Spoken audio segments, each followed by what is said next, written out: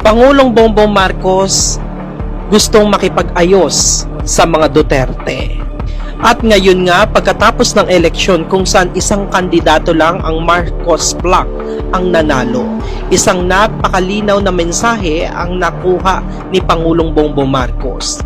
Tinalikuran siya ng mga Duterte supporters. Kaya hindi katakataka ngayon ay lumalabas si President Marcos sa media. Appearance, sinasabing gusto na daw niyang makipag-ayos sa pamilyang Duterte. Oo nga, sabi niya, ayaw niya daw ng gulo, gusto niya daw makasundo sa lahat ng tao. Mas maganda daw, marami na daw siyang kaaway, hindi niya na daw kailangan ng kaaway. Kailangan niya daw ay kaibigan. Ito ang banggit ni Pangulong Bongbong Marcos. Kaya pakinggan natin to. Gusto niyo bang makipagkasundo pa sa mga Duterte? Oo! Ako, ayoko ng gulo. Gusto ko makasundo sa lahat ng tao. Mas maganda, marami na akong kaaway. Hindi ko kailangan ng kaaway. Kailangan ko kaibigan. Kagaya na sabi ko sa'yo, pagka... hindi ko... Magpo-confess ako dito. Pwede naman po, para akong pari po dito ngayon. Po.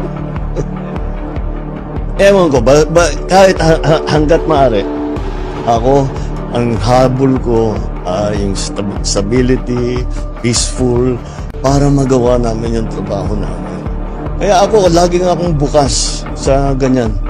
I'm always open to any approach na, halika, magtulungan tayo. Diba? Kahit hindi tayo magkasundo sa polisiya, hindi tayo magkasundo. Gawin niyo yung trabaho, pero huwag na tayong nanggugulo.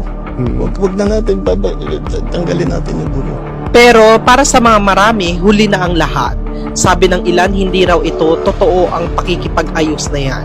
Dahil ayon sa mga source mula sa loob mismo ng gobyerno, si Marcos at si House Speaker Martin Romualdez ang itinuturong tulak sa likod ng impeachment case laban kay Sara Duterte.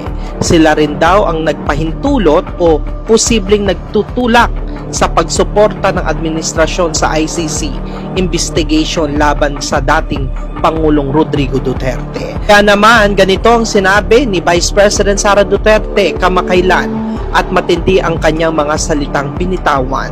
I truly want a trial because I want a bloodbath talaga. Oo, narinig nyo ng tama, bloodbath. Hindi ito pahayag ng isang kalye o komedyante. Ito ay mula sa ikalawang pinakamataas na opisyal ng bansa. Ayon kay Vice President Sara, gusto daw niya ay trial. Hindi para lang malinis ang pangalan niya, kundi para masilayan daw ng publiko ang lahat ng ebidensya at kung sino talaga ang pakana sa likod ng kanyang impeachment. Wala raw daw siyang inaasahan kung acquittal man o guilty verdict, tanggap na raw niya yon. Pero giit niya, mali raw ngayon pa lang ang binibilang na boto ng mga senador kahit wala pa namang presentasyon ng mga ebidensya. Pero pinakamabigat na linya sa lahat ng mga paggamit ng salitang bloodbath, malinaw, naghahanda siya hindi lang sa depensa kundi laban. Kaya ngayon, tanong ng bayan, sino ba talaga ang may pakana? At kung makikipag-ayos man si Marcos, tanong ulit, pagkakasundo ba ito o pag-iwas sa backlash? Dahil kung ito'y pagkukunwari lang, hindi lang pamilya Duterte ang maloloko, kundi ang taong bayan. Sa kabila ng lahat ng issue, banta, bulungan sa likod ng impeachment laban kay Vice President Sara Duterte at sa patuloy na pag-usad ng ICC case laban kay dating Pangulong Rodrigo Duterte. Ngayon sinasabi ni Pangulong Bongbong Marcos na gusto niya daw makipag-ayos sa pamilyang Duterte. Pero ang tanong ng bayan, sincere ba yan? O isa na namang scripted na pahayag para maibalik ang kontrol sa narrative? Dahil kung babalikan natin ang kasaysayan, hindi ordinaryong tao ang nagluklok kay Marcos sa kapangyarihan noong 2022.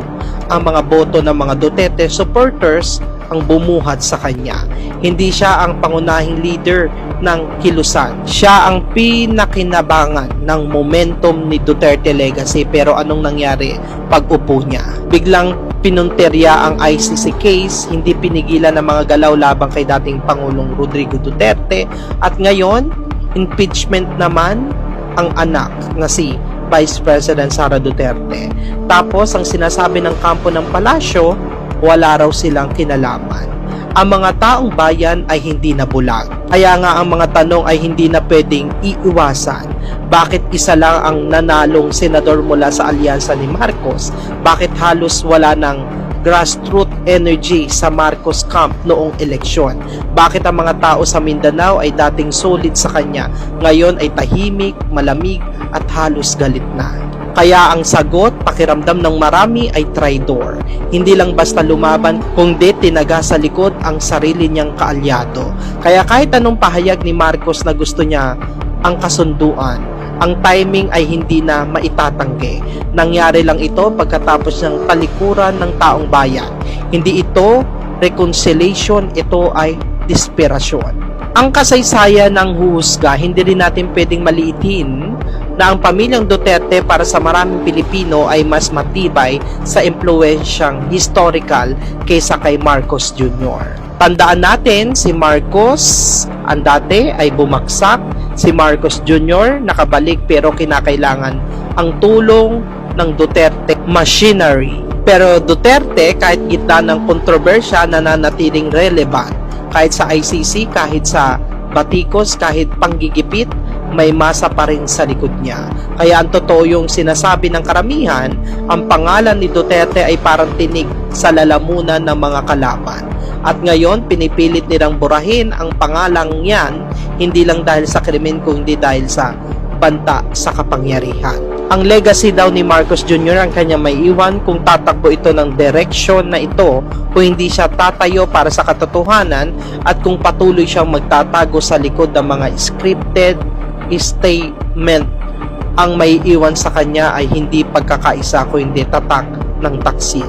Hindi lang siya basta leader na walang paninindigan kundi leader na sinayang ang tiwala ng mismong mga taong tumaya sa kanya. Tanong nga kung papayagan ba ang kanyang sinasabi ni Marcos Jr. na gusto niya makipag-ayos sa pamilyang Duterte. Tandaan natin, pwedeng patawarin siguro pero di agad. Sa politika, may panahon para makikipag-ayos pero kung ang mga galaw mo ay pagtalikod sa kalyado, pagsuporta sa mga galaw parang pinupunterya ang pamilya ng dating kaalyado. At ngayon, magpapakyut sa media para sabihin, ayoko ng gulo. Mahirap yang paniwalaan at kung hihingi ka ng tawad pero hindi mo inamin ang kasalanan, walang tunay na kapatawaran. Kaya nga huli na ba ang lahat? Posibleng oo, dahil hindi lang pangalang sinira, tiwala, dangal at pagkakaibigan.